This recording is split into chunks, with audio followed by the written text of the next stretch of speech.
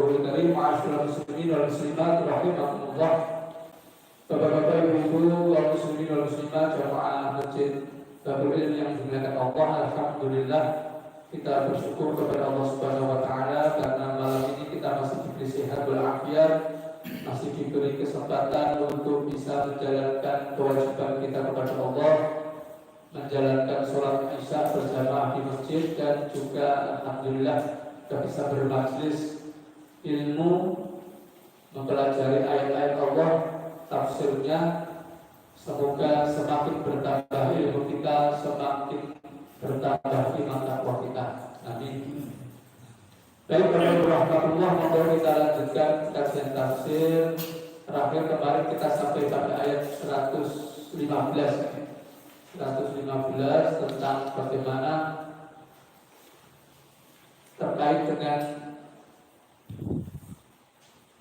kiblat, ya, bagaimana dalam ayat itu Allah menjelaskan terkait kekuasaan Allah meliputi belahan timur dan barat, jadi semua milik Allah, semua dalam genggaman kekuasaannya. Kemudian dalam ayat tersebut, dimanapun kita berada, maka kita akan menemukan wajah Allah di sana, maksudnya kiblat Allah. Di sini kemarin kita review dari resumsi kesimpulan bahwa dalam ayat ini setidaknya ada 4 pendapat yang kita menghadap di situ kiblat Allah.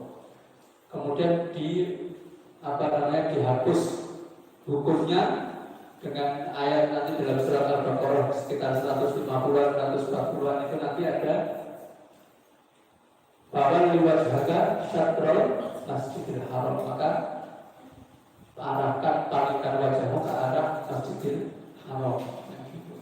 Jadi ayat ini dihapus hukumnya dengan ayat kiblat itu tadi. Itu pendapat pertama. Pendapat yang kedua, ayat ini tetap berlaku hukumnya, tetapi khusus bagi yang sholat sunnah. Jadi untuk sholat sunnah lebih dalam misalnya musafir perjalanan, maka kita boleh menghadap kemanapun. Itu kalau sholat sunnah. Maka dalam riwayat bagaimana Rasulullah kalau di atas ontanya beliau kalau sholat sunnah, termasuk di antara sholat witir atau yang lain, beliau di atas punuk onta. Jadi maksudnya di atas punggung onta, jadi di atas kendaraan. Jadi boleh untuk sholat sunnah itu menghadap kemanapun, tidak harus menghadap kiblat. Tetapi untuk sholat wajib yang kemarin sudah kita singgung harus menghadap kiblat, karena Rasulullah sendiri kalau sholat wajib selalu turun dari kendaraan beliau lalu sholat menghadap kiblat.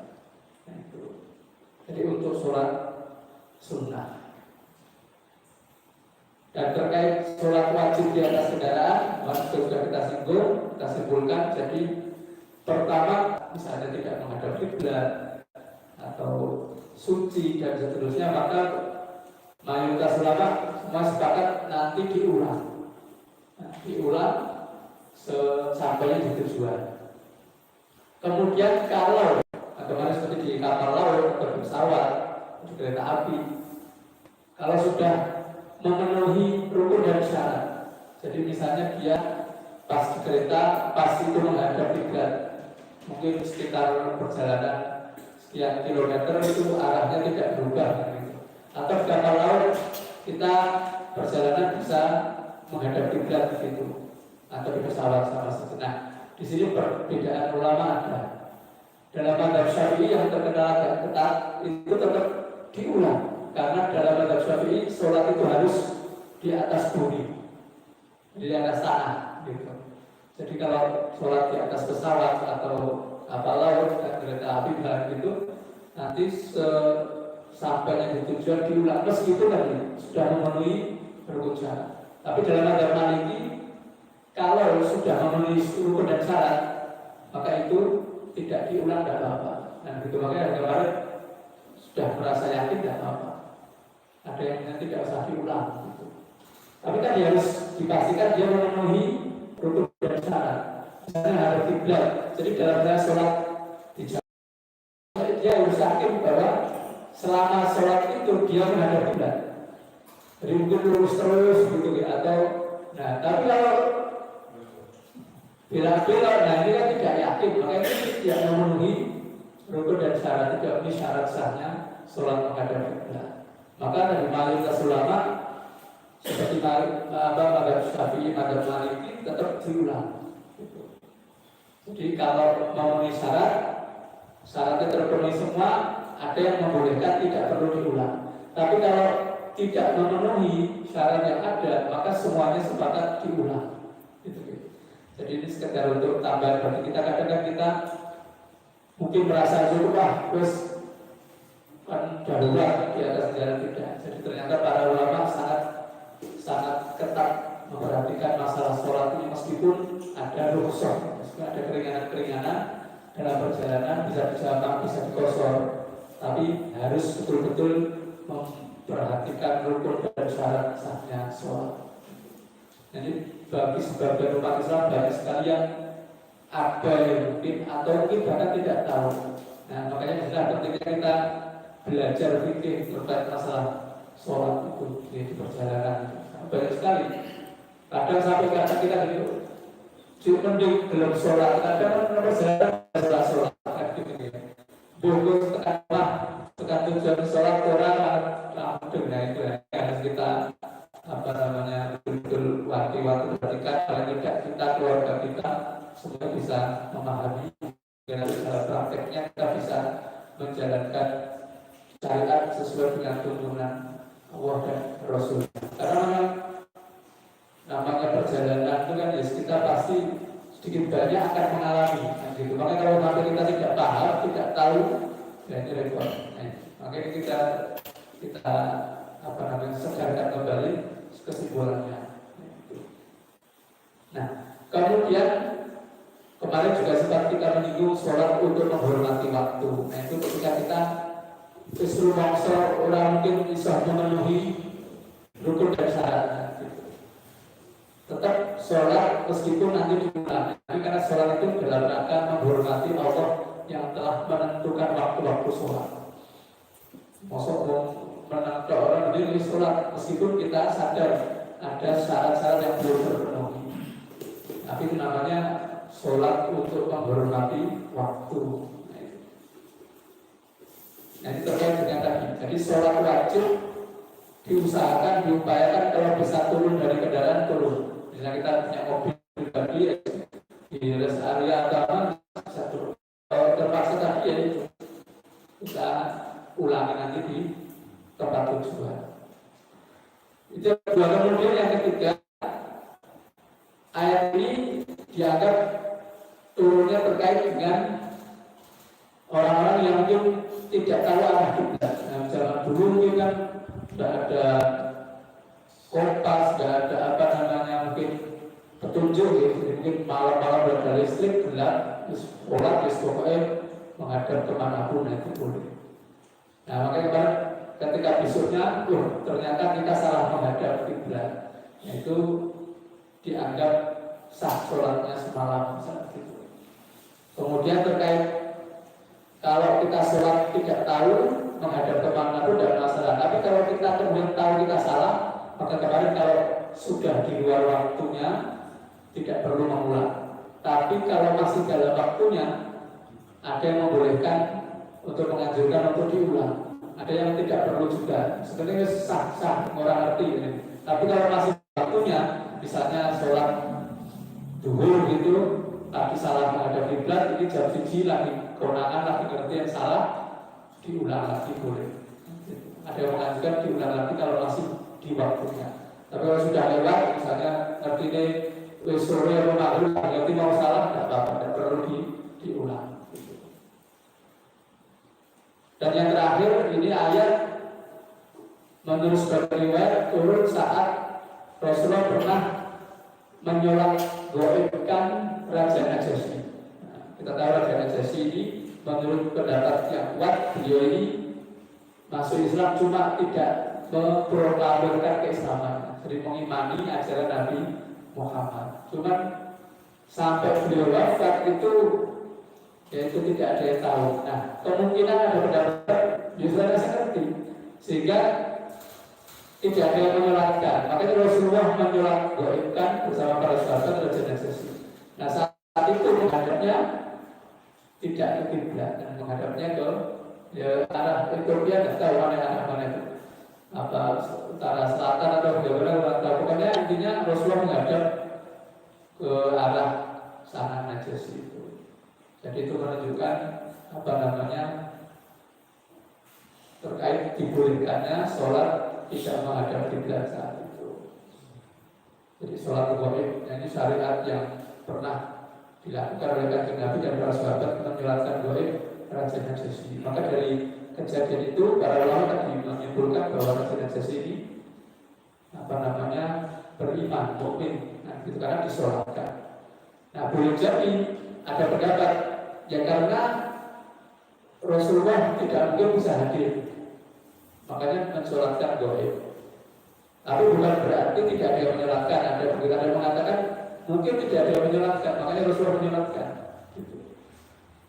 Nah itu, makanya ada pendapat masuk seorang rojo, seorang raja masuk tidak punya pengikut setia. Misalnya dia masuk Islam, ya masuk Islam masuk ijen, masuk daya pembantu setianya tidak ada yang melu-melu tapi prinsipnya tadi ada pendapat memang boleh jadi memang tidak ada yang menyembunyikan keimanannya, makanya Rasulullah ketika mendengar kabar kematiannya beliau menyolatkan gaib. Nah itu terkait dengan resume atau kesimpulan ayat terakhir kemarin yang kita bahas. Dan selanjutnya monggo Bapak Ibu rahimahullah kita lanjutkan untuk ayat yang berikutnya. Yang membuat yang saya kaitan pertanyaan kemarin 5 hari di kapal. Terus pertanyaan ini masalah supaya subuh itu kan susah. Nah, ini kita dalam pengeterapannya dari umpamanya yang dikatakan supaya subuh. Dan kalau terus program terus calonnya sholat bahkan kalau besok ini dalam praktek pengeterapannya gimana? Caranya ngulang jadi ketika sholat subuh misalnya atau sholat yang lain, kita di perjalanan di atas kendaraan tidak memungkinkan untuk misalnya berhenti atau untuk bisa tadi mungkin ke rest area atau tidak bisa, boleh tetap kita masih di kendaraan sementara waktu sholat dan kondisi kita tidak memungkinkan, misalnya kita merasa kotor entah badan kita atau baju yang kita pakai kan gitu, tapi saya tidak bisa ganti baju, tidak bisa bersih-bersih kan gitu, mungkin malah cuma tayamum misalnya gitu. Nah itu makanya tadi ada istilah sholat untuk menghormati waktu, sholat yang menghormati waktu. Saya subuh kan, apalagi subuh kan waktunya pendek, jadi misalnya kita tahu ini jamaahnya masuk waktu subuh, ya sudah saat itu kita misalnya tayamum, kemudian kita sholat ya sesuai yang kita mampu, misalnya semampu kita didapatkan, kita upayakan sebisa mungkin maksimal. Jadi kalau bisa berdiri, tapi kalau berdiri nanti malah jatuh ya duduk kan gitu. Kalau bisa menghadap kiblat, gitu. Artinya kan mungkin banyaknya istilah kan. Kemudian dalam praktek kasih arah kiblat namanya. Itu searah-arah ya. Jadi sebelum pas kita di kendaraan itu kita berusaha memastikan misalnya tadi untuk kebersihan, misalnya kita tayamum, tidak bisa wudu tayamum, terus menghadap kiblatnya ke sana, kita menghadap kiblat meskipun nanti bisa berubah, tapi kita upayakan semaksimal mendekati sempurna. Nah, cuma tadi nanti setelah sampainya kita di tujuan, misalnya kita di 5 hari atau berapa hari, pokoknya kita harus ingat sholat ini nanti kita ulangi di tujuan. Dalam pengertian mengulang ini, karena kita Jakarta ya sekali. Misalnya subuh. Misalnya sampai rumah atau sampai hotel, ya sudah kita bersih, sudah ambil air wudhu. Misalnya sampai Jakarta jam 8, ya sudah kita ambil air wudhu, sholat 2 rakaat untuk mengganti sholat subuh tadi yang di kendaraan. Jadi sholat subuh dikerjakan jam 8 pagi. Jam 8 ini mengganti namanya mengkodok, mengganti ya sesampainya kita di tujuan. Pada saat itu juga. Selesai Pak. Jadi jangan ditunda-tunda. Kalau 10 sisa jadi balik dulu. Jadi langsung sesegera mungkin. Jadi langsung misalnya sampai jam 8, jam 9 ya sudah bersih-bersih selesai, kemudian kita sholat itu langsung segera mengganti sholat kita yang di kendaraan tadi. Jadi prakteknya begitu ya. Kalau itu misalnya subuh saja. Kalau kita seharian misalnya maghrib, isya, subuh, nah kita berangkatnya sore, gitu, siang atau sore, mungkin berangkatnya sore, nah di kendaraan itu kita maghrib, isya, subuh sampai pagi jam 7. Nah itu berarti tadi kita mengganti maghrib, isya, subuh. Saat itu juga. Langsung. Jadi pas selesai kita beres-beres rampung sholat untuk mengganti sholat itu. Jadi tidak menunggu waktu. Tidak menunggu waktu maghrib, tidak langsung. Maaf ya, banyak yang tidak mengerti masalah. Gimana tadi kadang seperti itu kan? Biasanya kalau tanya kan pakai uang. Kenapa? Harus. Jadi ini kan ilmu dalam. Harus. Tadi saya sampaikan sekilas begitu. Jadi banyak yang abai atau tidak tahu ilmunya sehingga ya bingung. Terus pokoknya surat kendaraan saat isoni ya itu kadang tidak kutip terus dianggap lumayan. Itu belum sholat masih mau sholat kendaraan. Kadang banyak ada dulu saya jadi saat itu tak gerbong terus sholat Quran gitu kadang kita mikir begitu jadi Islam saya jadi pas mamanya yang Mekah itu ya jarang mudik banyak liputnya jadi misalnya di pesawat kadang kan belum tentu pembimbing haji dan seterusnya kan sudah paham harus seperti itu jadi memang ada pendapat yang dulu pernah kita singgung wis pokoknya semampu kita, misalnya di pesawat kita sholat semampu kita, duduk tayang gitu, insya Allah. Pertanyaan diganti atau tidak usah gitu. Ada tadi kita sampaikan ternyata para ulama dulu kita sangat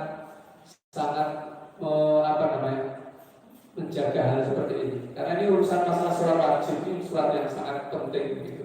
Tadi makanya saya simpulkan kalau tidak memenuhi syarat-syarat sholat. Misalnya tadi menghadap kiblat, terus jangan awalnya menghadap kiblat, ini kemudian berbelok-belok, berarti kan tidak menghadap kiblat seterusnya. Atau kita berdiri, tidak bisa duduk, gitu. Nah itu kan tidak memenuhi syarat. Makanya itu para ulama mayoritas harus mengulang. Tapi kalau kita meyakini, misalnya tadi di kapal laut ada kamar dan kemudian kita bisa menghadap kiblat. Misalnya ada kompas, ada bola, kapalnya stabil misalnya di situ. Nah itu kalau syarat-syaratnya terpenuhi, maka dalam mazhab Maliki tidak perlu mengganti. Terlepas dari syaratnya sudah terpenuhi. Karena tadi hanya sekali ya, ada tingkat. Kemudian yang naik kapal berapa hari? 5 hari. Dan kondisinya itu umpamanya 5 waktu sulit nah ini apa ya pengen jadi meskipun tadi kondisi di pesawat atau di kapal laut kita 5 hari atau 3 hari tidak bisa dan mampu sesuai syarat dan intinya yang kita tetap tunaikan 5 waktu misalnya kita jamak jadi dia cuma 3 waktu gitu, dari zuhur asar jamak, maghrib isya jamak, subuh sendiri. Tetap kita tunaikan. Tetapi tadi kita misalnya mencatat nanti di tempat tujuan kita ganti semua. Nah, ganti itu apakah subuh ping 5 ping 5? Tidak. Jadi kan urut, tapi tidak subuh 5 dari subuh, zuhur, asar, maghrib isya 1.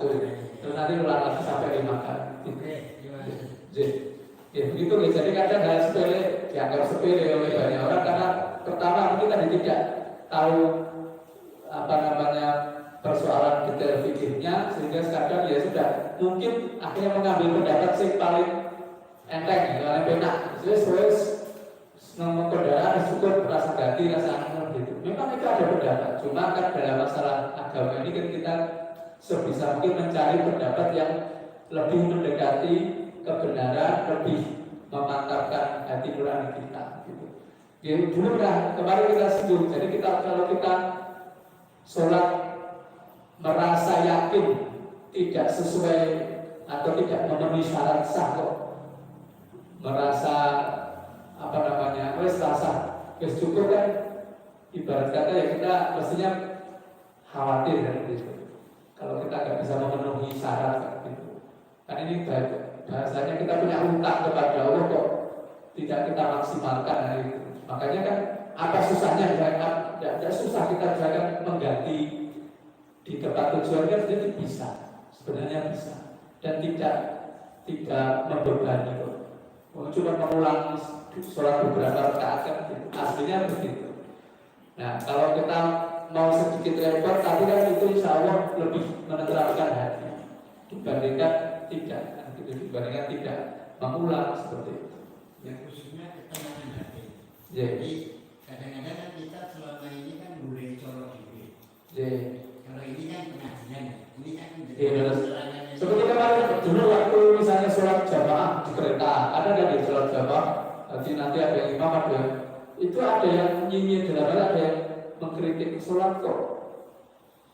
Kok yang sholat, nah itu. Jadi aslinya karena memang adalah khususnya yang mazhab Syafi'i itu ketat. Makanya teman-teman NU yang ngaji ya, yang benar-benar itu ketat. Jadi sholat di atas kereta itu tidak sah, tidak sah. Karena tadi tidak menghadap kiblat. Dan nanti harus diulang, gitu. Tapi sebagai teman-teman kita kan tidak perlu diulang. Nanti sudah sholat bertakwa mastata'tum, bertakwa kepada Allah dengan semampunya. Kan, gitu. Sebenarnya kalau dianalisa secara syariat, secara fikih, ya pendapat yang mengulang itu lebih kuat. kelihatannya. Jadi, ada lagi monggo yang mau ditanyakan? Ya, untuk melaksanakan jamak takhir. Jamak takhir itu karena kita dalam perjalanan. Sholatnya mau ning omah bae. Yuk, bebas. Jadi misalnya di jalan dulu. Terus. Kok jam sama musan hari kemisah kok ning omah bae Ya pertama yang boleh saja. Jadi kalau kita sampai ke tujuan, misalnya kita kan dalam perjalanan gitu. Misalnya sampai rumah itu jam 8 malam atau jam 9 malam. Kita berangkatnya sore kan, atau siang. Jadi maghrib isya, maghrib isya jalan atau misalkan tekan rumah sisa kan gitu. Nah itu kan ini urusan safarnya ada rukhsah gitu. Kalau kita berhenti di jalan, kita menjamaknya di jalan itu kan kita bisa kosor, ya bisa jamak kosor. Jadi takdim ataupun takhir bisa kosor. Jadi maghrib 3, isya 2 kan gitu. Tapi kalau kita sampai tujuan, sampai rumah atau sampai tujuan, kita sholatnya di sana, maka kita nanti boleh tetap jamak, tapi tidak kosor lagi. Kecuali kalau kita perjalanan nih, misalnya kita ke Jakarta, perjalanan sampai sana kosor tidak apa-apa. Tapi kalau kita pulang, kita tadi kan dalam perjalanan pulang, kita sampai rumah jam 8 atau jam 9 malam, maka kita sholat jamaknya sempurna, maksudnya tidak dikosor. Dari 3 maghrib, isya-nya 4. Ya mungkin tadi kita harus daripada ribet atau mungkin tadi masalah kita baju kotor dan seterusnya, ya sudah nunggu sisa nanti sampai di rumah boleh gitu. Ya seperti itu. Itu fleksibel. Kalau itu kan harus sudah masih di waktunya juga. Tapi sudah sampai di rumah. Sampai di rumah tidak apa-apa. Itu kalau sampai di rumah. Jadi kan kalau di perjalanan kan jelas masih bisa dikosor kalau misalnya kita perjalanan jauh ke mana. Tapi kalau perjalanan pulang itu misalnya khususnya tadi biasanya bisa gitu, atau maghrib atau zuhur asar sampai rumah sore sisa ke rumah baik boleh. Kalau kita pertimbangan kita masih di waktunya, masih pada waktu misalnya, kecuali kalau misalnya tekan rumah waktu zuhur asar rantai, nah bisa kita tetap sholat zuhur asar di perjalanan semampu kita, dan nanti kita ulangi di rumah kan gitu. Kalau tadi kita merasa ada yang tidak memenuhi syarat sahnya sholat.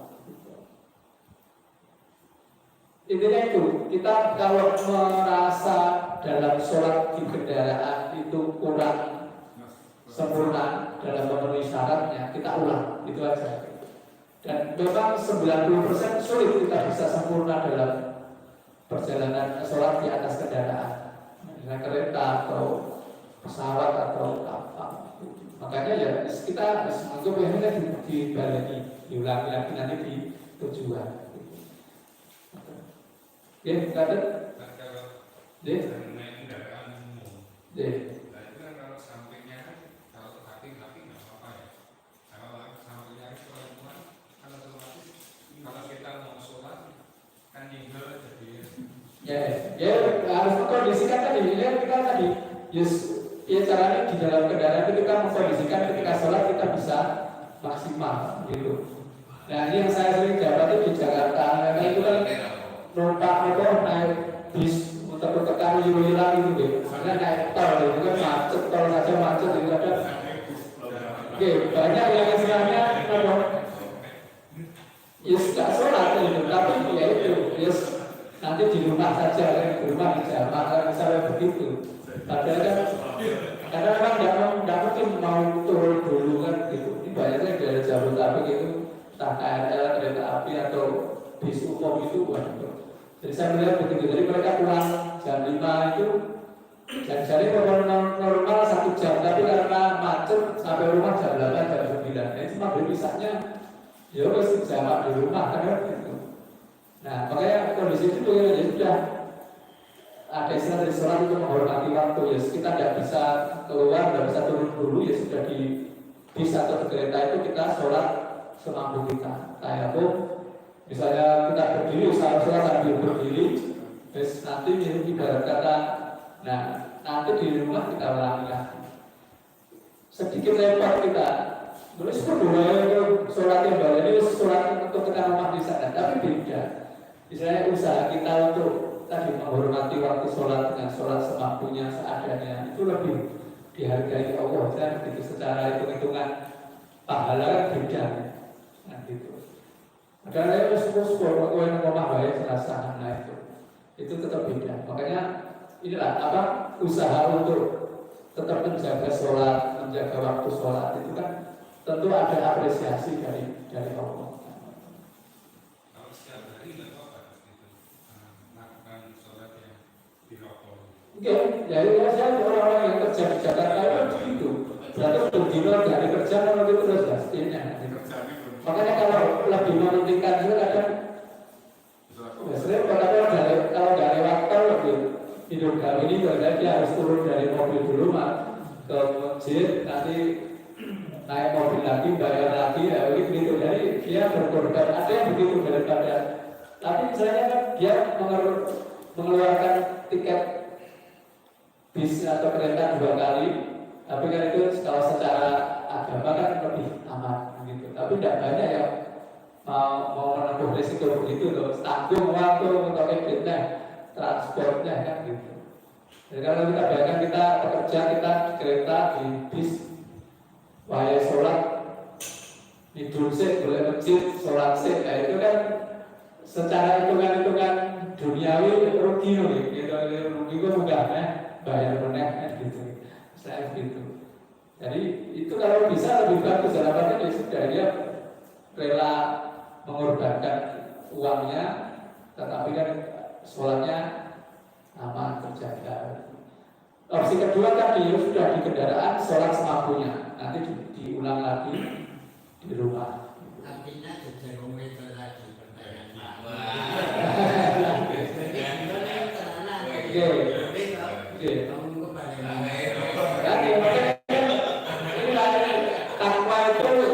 Takwa itu masa waktu, jadi takwa itu semampu kita, tapi semampu kita kan mampunya kita beda-beda. Tetapi yang jelas yang dinilai Allah yang paling bertakwa lah yang paling mulia. Itu makanya itu yang dia mengorbankan hartanya 2 kali lipat, tapi demi sholatnya terjaga itu lebih utama. Nah, ada yang tadi ada yang pilihan yang ketiga, ini sebuah tekan wasisan gitu.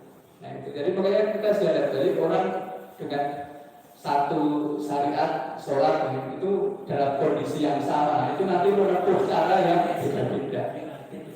Menempuh cara yang beda-beda. Ya, masalah ini kan banyak rahasia yang tidak dibuka. Jadi ono sebagai orang nah ini pentingnya ngaji, makanya istilahnya itu fikih wakil, fikih kontemporer, fikih yang apa namanya up to date. Jadi seperti ini harus dibahas dalam dunia pekerjaan, dunia kerja itu harus disampaikan. Sholat ketika macet, sholat ketika gitu. Jadi biasa kita mengalami manajemen orang-orang China.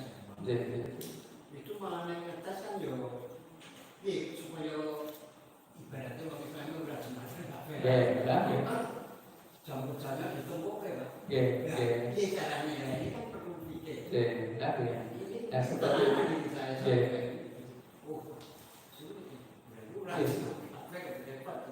Ya betul kan kalau pemilihnya non muslim atau mereka tadi tetap ada hasad, ya. Tidak senang dengan orang Islam itu ada. Makanya kadang tadi dengan cara halus atau kasar menghalang-halangi orang Islam. Diproduksi ya. Jadi yang senang berjalan terus. Setiap hari dan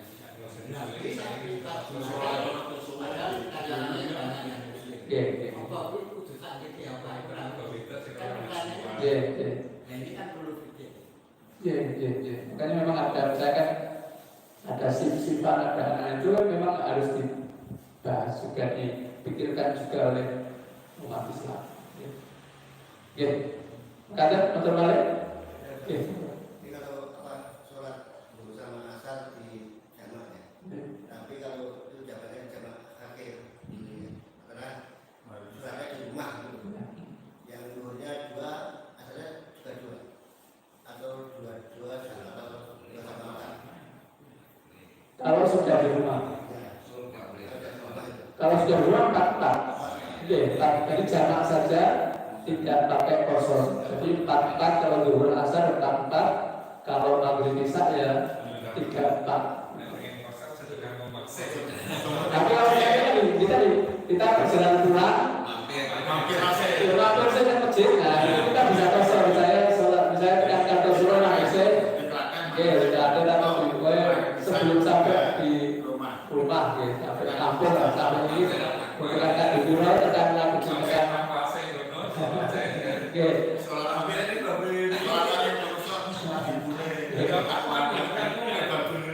Tapi kan kadang teorinya tidak semudah itu, kadang mustahil misalnya mereka, itu kadang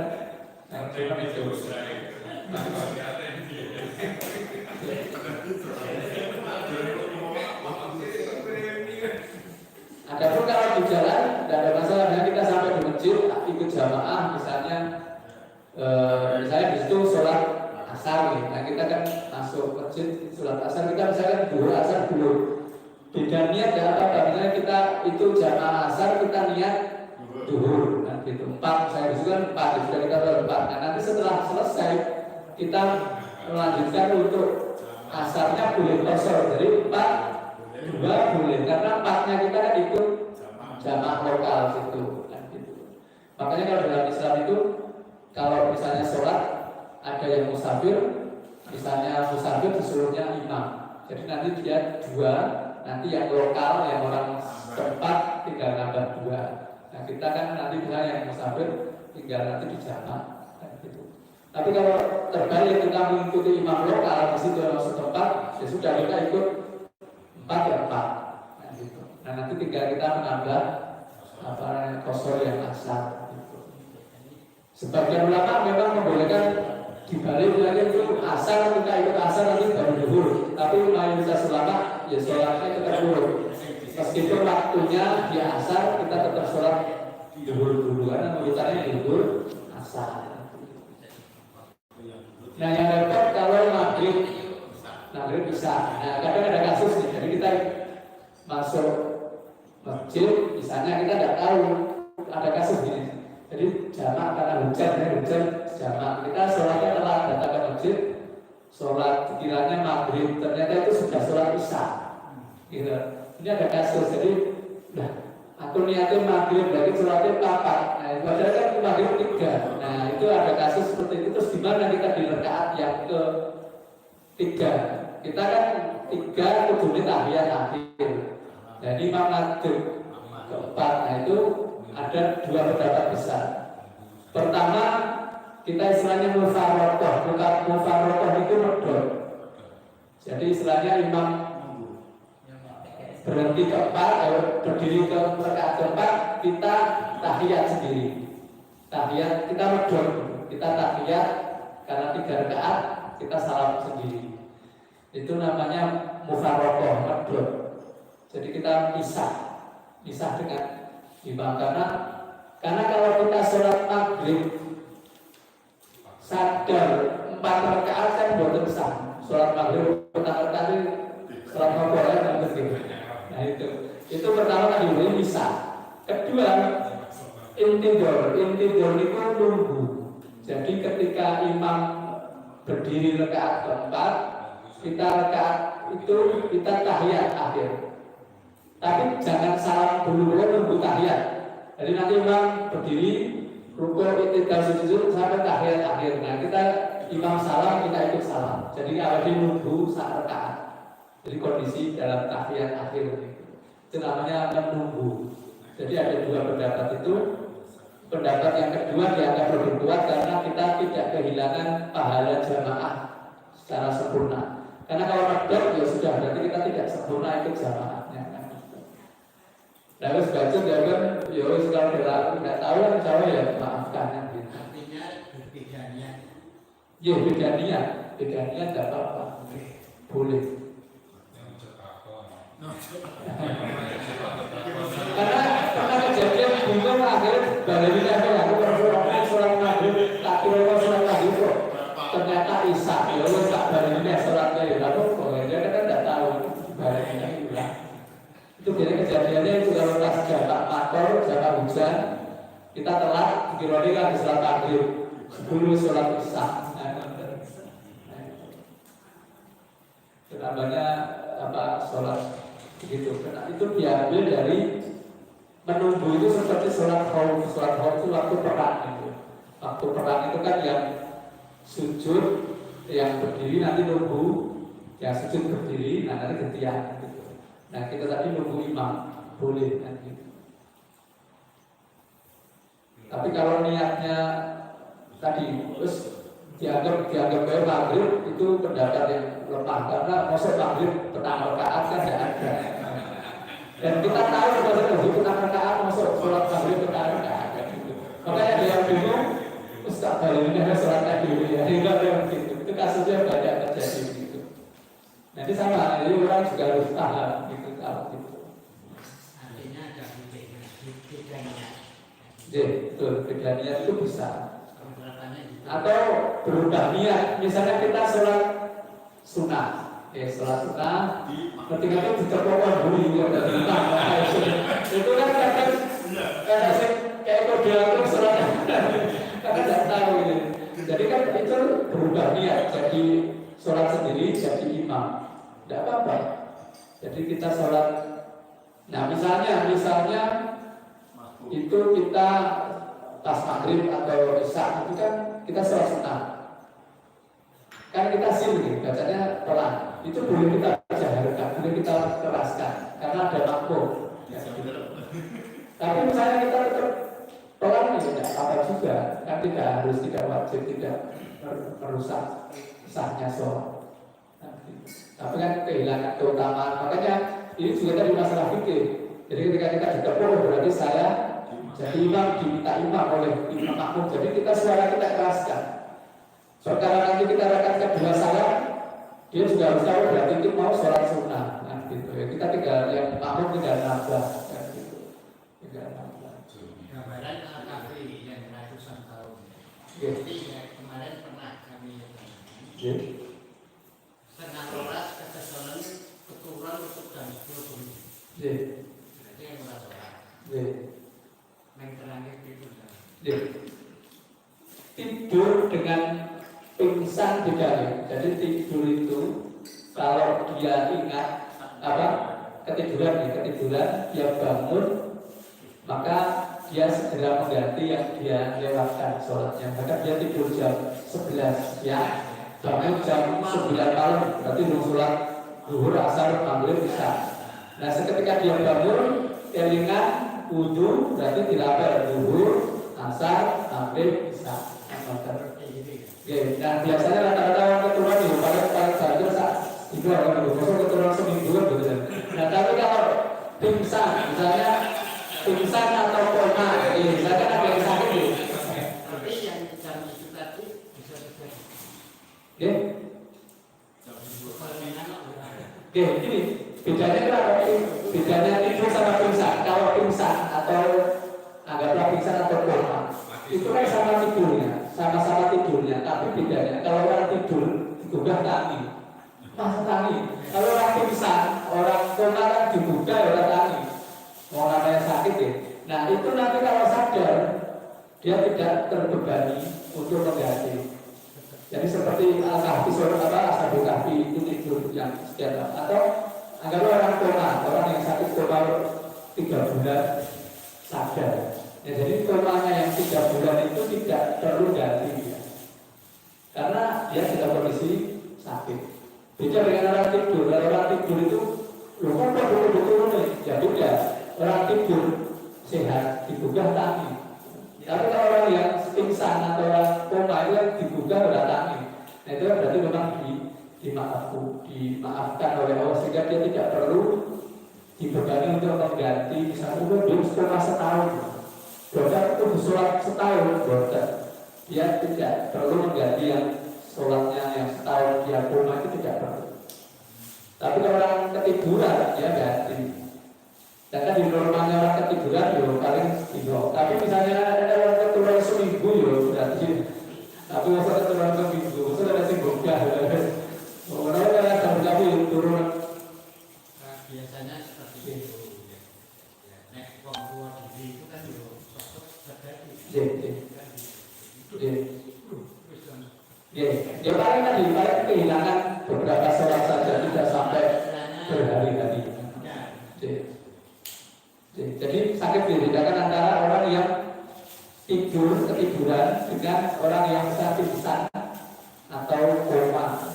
Jadi yang pingsan koma itu tidak mengganti, tapi yang lupa atau ketiduran itu mengganti.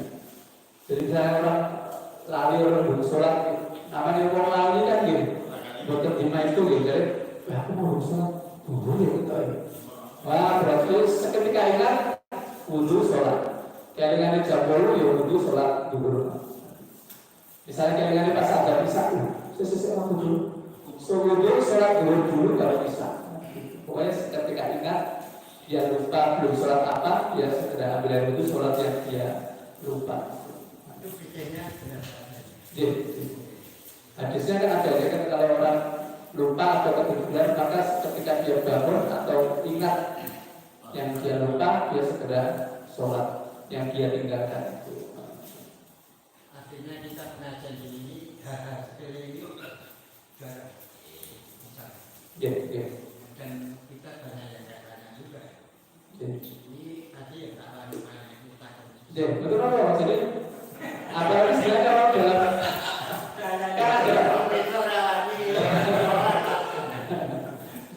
kayak tafsir ulama dulu itu ada yang cenderung lebih ke pembahasan fikih, ada cenderung lebih ke pembahasan bahasa, ada cenderung untuk pembahasan riwayat kan gitu.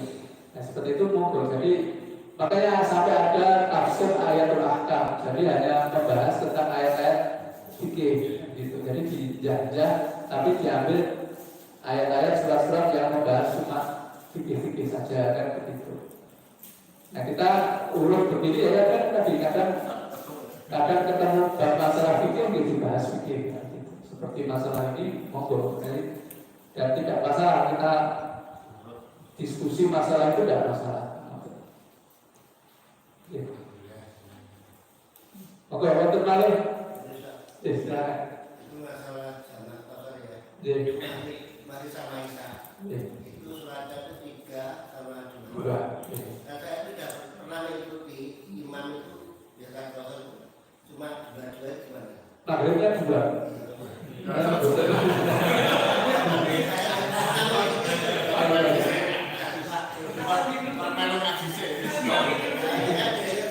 Oke. Kalau maghribnya 2 gitu, kalau kita sebenarnya ya terus kemudian dia lupa gitu ya. Saya kalau maghrib tetap 3.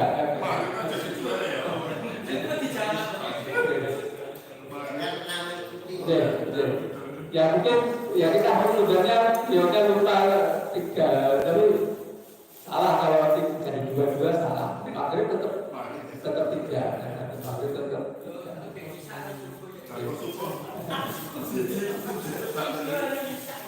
Dan pernah dulu mereka jamak maghrib kalau ngawe salah jamak pasar ke masjid. Oh ya. Oke. Dan untuk safar itu kan yang malah sunnahnya genah itu kosornya.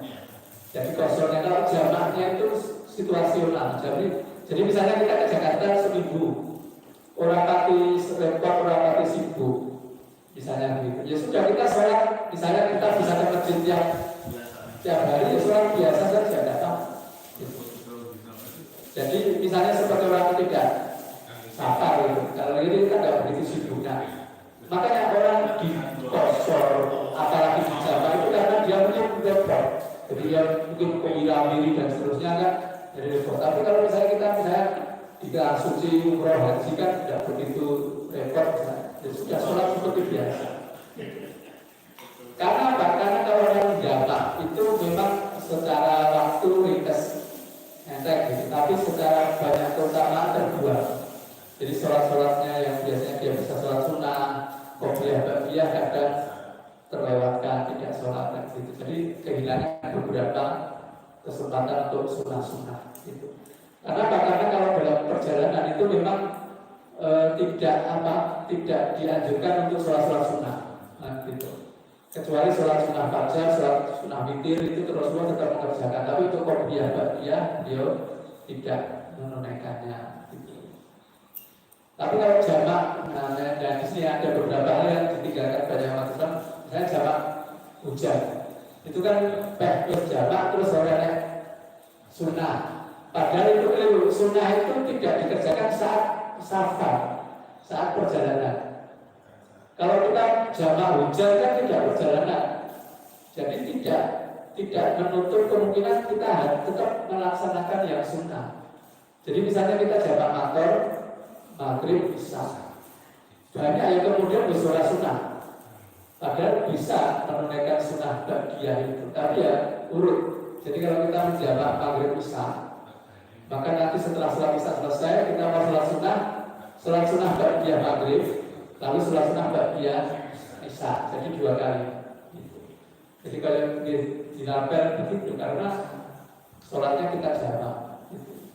Nah banyak yang kebanyakan tidak sholat sunnah, memang dan secara pahala kan kehilangan sholat sunnah tadi yang itu relatif muakkad. Gitu. Nah kenapa di jamaah makmur itu kan daripada tidak berjamaah, jamaah digabungkan gitu. Itu hikmahnya kenapa dapat di jamaah makmur, karena untuk misalnya tidak jamaah boleh hujan, kisah masjid hujan, jamaah masjid kan ada keringanan karena hujan, tidak perlu ke masjid. Nah itu menjaga demi tetap berlangsungnya jamaah sholatnya dijamaklah itu karena hujan. Gitu. Jadi esensi kenapa jamaah hujan itu biar sholat jamaahnya terjaga. Gitu. Tapi sayang kalau sampai sholat jamaahnya terjaga tapi kehilangan sholat sunnah karena tidak tahu. Nah, makanya tetap dilakukan sholat sunnah. Dulu katanya kalau jamaah itu tidak ada sunnah. Kalau kita musafir, tidak ada. Kita misalkan jamaah kosor duhur asar, ya tidak perlu bagiannya, sudah tidak usah sunnah. Wajib di pasar sunnah. Nah, sholatnya diwajib di pasar sholat sunnah malah. Karena itu biasanya repot perjalanan. Tapi kalau di di rumah, di masjid biasa tidak ada perjalanan kan karena hujan saja, sholat sunnahnya tetap dikerjakan. Tapi tadi hampir kebanyakan umat Islam tidak mengerjakan sholat sunnah ba'diyah. Karena salah paham tadi dikiranya yang jamak ini orang yang sunnah, orang yang sholat sunnah, padahal ada. Oke, yang tidak ada itu yang kalau sahabat. Dan kalau pada maghrib kan ada kajian. Dan sholatnya jamaah maghrib sama isya posisi hujan. Itu perlu jamaah atau enggak? Jadi fleksibel dalam hal ini kalau kondisi kita taklim pengajiannya pada maghrib sampai isya, kondisi hujan, misalnya tidak perlu jamaah, tidak apa-apa karena kita kan insya Allah pertimbangan kita sampai isya di masjid gitu. Tetapi tidak juga masalah kalau berjamaah karena bisa jadi tidak semua jamaah itu ikut taklim, ikut pengajian gitu. Khawatirnya nanti ada yang punya urusan habis maghrib pulang, nanti hujan nggak balik lagi ke masjid untuk isya, gitu. Jadi di sini pada-padanya melihat imam melihat kondisi jamaah ya sudah, mungkin sebagian taklim sebagian tidak, ya hujan ada rusak jamaah. Gitu. Dan tidak mesti harus, gitu kan namanya itu kan sunnah ya, diambil rusak, diambil monggo tidak ya monggo. Jadi mungkin bisa fleksibel. Jadi imam itu kadang sekali waktu di jamaah, sekali waktu tidak di jamaah. Jadi biar juga jamaah paham, orang kudu di jamaah, orang kudu jamaah, kan gitu. Orang kudu di jamaah itu kadang biar tergantung imamnya, kan gitu. Jamaah kita imam, jamaah kan, ayo monggo ya tidak apa-apa. Tapi yang tidak elok itu misalnya imamnya tidak jamaah, terus gawe jamaah dulu. Lalu saya kalau imamnya wah jamaah, ras setuju. Jamaah dewi, nah itu juga jangan karena kan kita persatuan. Masuk saat masjid istilahnya imamnya kita tidak usah jamaah terus ada yang jamaah dewi, nah itu tidak elok. Nah, gitu. Tapi kalau kita makmum merdeka sama imam kita jamaah, aku mau jamaah, aku mulai, tidak apa-apa juga. Nah, gitu. Meskipun sebaiknya memang satu komando ya, imam itu dijadikan imam untuk diikuti. Jadi kalau imam jamaah, imam gak jamaah ya gak jamaah. Wes manut imam gitu. Kadang ada yang imamnya jamaah, tapi ada yang ikut taklim, tapi dia nggak ikut jamaah itu, dia nanti begitu isya ya kan jamaah sendiri. Nah itu juga termasuk yang tidak eloknya tadi, pokoknya imam diikuti. Jadi dia jamaah tidak gitu.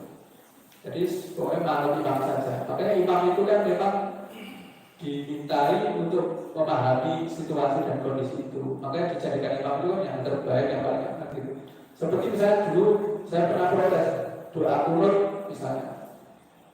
Kok doa kunut ternyata imamnya raka doa kunut, jadi hari doa kunut, jadi gara-gara tidak apa gitu. Jadi maksudnya imam itu kan kalau dia bisa mengamalkan sunnah, semua dapat pahala sunnah. Kalau tidak ya sudah kehilangan semuanya. Makanya pentingnya imam kan itu, jadi memperdagangkan Al-Quran, kemudian memahamkan fikih-fikih seperti itu. Seperti tadi gambarannya kita sok jamak, sok boten, gitu. Itu untuk pembelajaran. Jadi biar makmum itu jamak tahu, jadi jamaknya orang kudu atau kadang jamak kan, jadi biar tahu hukumnya. Atau kali monggo. Berarti ini sudah 8:30. Berarti kita cuma membahas mengulas ayat terakhir kemarin, berarti belum kita lanjut ke ayat 116 di karena waktu sudah 8:30. Mungkin yang kita pelajari bermanfaat, khususnya untuk aplikasi fikih ibadah kita, karena memang istilah pentingnya yang namanya fikih itu kan paham. Jadi fikih itu paham. Sehingga dengan caranya biar paham ya harus belajar. Dan maka pentingnya belajar, pentingnya kita sinau barang seperti ini kan begitu. Jadi orang tidak tahu sunnah karena tidak belajar. Maka semakin kita banyak tahu, semakin banyak bisa beramal. Gitu. Jadi semoga yang kita pelajari ini bisa menambah wawasan keislaman kita, khususnya untuk kita, keluarga kita dalam mengaplikasikan dalam kehidupan, khususnya dalam kondisi-kondisi tidak wajar, dalam tidak normal seperti musafir itu kan tidak setiap saat, cuma terkadang kita melakukan itu. Nah kalau kita tidak paham fikihnya, ya nanti malah menikah. Jadi ini tadi kan dangerous ya. Iya. Kita kan bahas itu. Iya.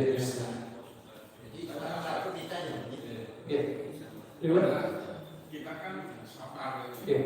itu bisa milih sama bisa kosong. Apa yang utama kan kosong. Yang utama dasar. Iya. Kalau kita kondisi Jamak bisa.